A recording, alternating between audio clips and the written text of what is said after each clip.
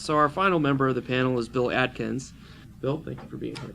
Great, thanks. I appreciate the invitation to be here as well. And it's a good topic, a lively topic, and an important topic. One caveat, remarks I'm going to make here are my own. I'm not, so they're my personal opinions and so forth. Start off with a little good news that maybe we take for granted. It was mentioned earlier, though, is just a phenomenal success over the last basically 10 years. It's easy to take that for granted.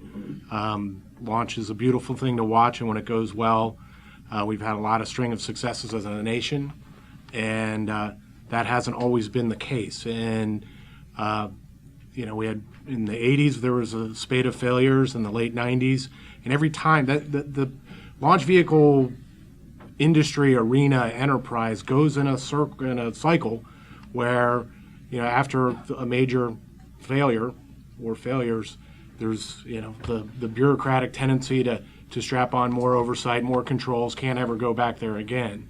And then as we have a long string of successes, the tendency is to say, well, let's try to make it as efficient as possible until you break it, and then it goes back. So I think I just wanted to remark that we shouldn't take for granted the tremendous success that we've had. I'll pick up on a few remarks or a few topics that came up and have agree with a lot of what Brett Lambert and Jim Norman and Peter and Joe have said, but a little different take on a few items. I don't believe that the space launch arena is really a free market in the normal economic sense of many buyers and many sellers operating with little regulation. I mean, in the U.S., it's basically a monopsony where the government is the only buyer, and maybe it has three heads. There was one at the Air Force, one at the NRO, and one at NASA. But it's not it's an industry that isn't really a free market. The government is the sole customer and chief regulator.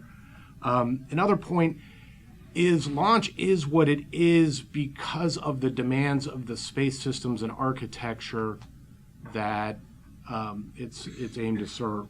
Right now on the national security side, and to some degree NASA, we fly a relatively small number of highly capable, expensive satellites. The implicit assumption in the architectures is 100% perfection on launch. There's really no spares. It says, well, we know after, eventually we're going to lose one, so we're going to have spares in the barn. Also be very expensive. You'd have to have a spare in the barn for every system because you wouldn't know which one it was that was going to have the bad day. So, and I think the commercial international market is even less of a market. It's controlled, and Peter alluded to this, by national policies, business agreements, geopolitics, other non-market forces, and so it makes it very difficult. The European competitors tend to look at protecting market share rather than competing on price. So they'll price their launches sufficient to make sure that they capture the market share that they want and ensure that their industry remains healthy. So they're willing to take a loss and have the EU or folks reimburse them for protecting those jobs.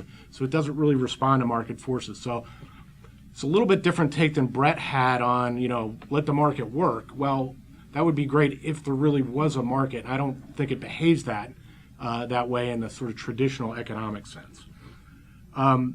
I did sort of a very similar drill to Jim Norman and looking at where the worldwide launch rate and how that's broken out, and some of the forecasts, and I think Joe and his company does great work, but I can also go back 5-10 years and look at the forecasts, and we're sort of persistently over optimistic, and I think that's good because there are emerging markets, but space, we don't have the killer app yet.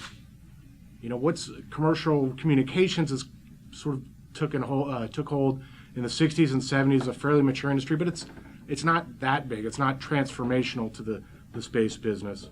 So I did much like Jim Norman and kind of looked back, and one thing he didn't say is over the last 15 years, we have averaged about, he had 65, I calculated 70, so we're roughly the same, but it's been cyclical. Late 90s, it was 80. In the early 2000s, it was down to 50, and now it's about he said 77 or 78 now, and it's going to peak in the next few years. And as Jim and others have said, what happens later on when that cycle starts going on beyond 17 and so forth? If you look at the full world market, really about half or more, 60%, is totally unaddressable. You're not going to, no U.S. vehicle is ever going to compete for a Chinese reconnaissance mission or a Russian military mission. So of the 70-some, you can just take 60% of it and say, no way can we touch it. The U.S. already has about 15% of it, so that leaves about 25 or maybe 30% that's left. And most of those are the GEOCOMSATs and maybe to some degree LEOs and replenishment of Globalstar and Iridiums and things like that. But even there, you take a customer like Intelsat, they have a corporate policy that says, well, we don't want to give them all to one guy because they're trying to hedge their bets. So if your addressable market's, say, 20 combirds, you might win a third of those if you're lucky, assuming you could, compete and there weren't other nationalistic figures. So I'm a little skeptical of the market. In terms of the killer app, I think we have been over-optimistic. Commercial imagery is a small piece, but even then you see consolidation because the demand isn't that good. Space solar power is always out there. Space tourism would be great, but I don't see it as a big driver for the launch market. And there are other space debris removal, burials in space, space mining. So I think we need to be realistic and look at where has the market really been and what can we really expect. I think one bright spot is on the NASA side with the commercial crew and cargo. Russia in 2012 launched, I think it was 9 or 10 ISS missions. As NASA's commercial crew and cargo systems come online in 2017 or so, we'll probably pick up about 8 at the U.S. And that's, if I went back and looked at NASA's predictions, there are about 8 launches for cargo and crew. So that's a bright spot.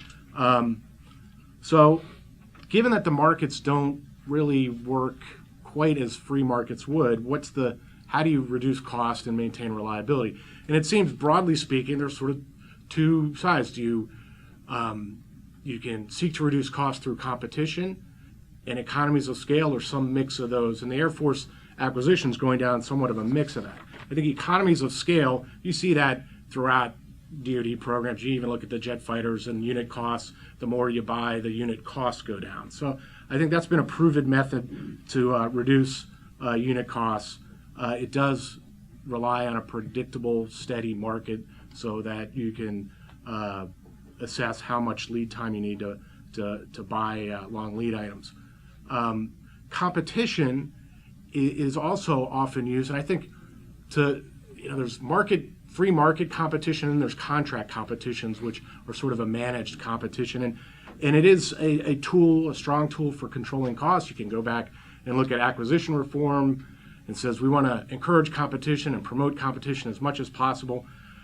And while competition can reduce costs, it's not really a panacea because it really is strongly dependent on how the competition is structured, on whether the competitive pressure is sufficient to balance the additional costs of having multiple contractors and the higher unit costs of splitting an award. What are the number of rounds of competition? Is it just going to be one time and it's winner take all, and that winner can reap the savings from an economy of scale of a block buy, no matter who it is? Is it just one round, a number of rounds? How many are in each round? And will it be, again, split award, a winner take all? In each of those, I think you can have a transient competition, again, with a winner take all, or something that is a continuous competition. But both of those choices, or each of those choices, has long-term effects on how effectively you can reduce costs. So when everybody broadly talks about competition, the devil's really in the details of how is it structured, is it continuous, and the smaller increments you make, the less any of the competitors will reap savings through economies of scale. Center for Strategic Budgetary Analysis did an interesting study on the effects of competition in defense acquisitions. Not a space-specific thing, but very broad brush. Todd Harrison, smart guy over there, did this study, and he applied game theory, which I barely could follow incomplete. And so his analysis in his summary, he says he reveals that in some cases the structure of the competition can actually incentivize contractors to bid higher prices. So it's kind of interesting paper to check out. And I think competition has a place, but it's not a panacea.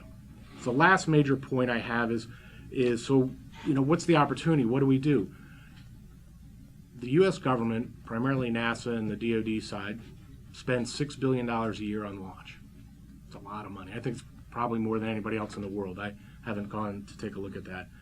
It's probably split about evenly between the DoD IC side and NASA. I mean, I'm including things like SLS because those are big investments and other things. And it is a crying shame that we haven't been able to invest in technologies when we're spending that kind of money to invest in new propulsion systems and things like that to really re-energize our base.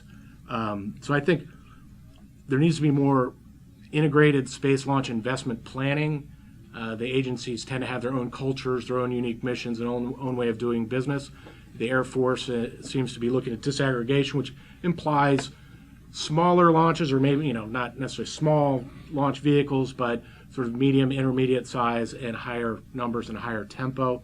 NASA, because of exploration, is kind of going a different direction. I think there needs to be a more focused, coherent future policy to take advantage of that overall $6 billion investment. So I'll leave it there. I do think one last point though is I do think national security space is different. I mean, a launch is not just a launch. I think the performance is different, the high demand for reliability, the diversity of missions. Most of the commercial guys go to GEO or some LEO.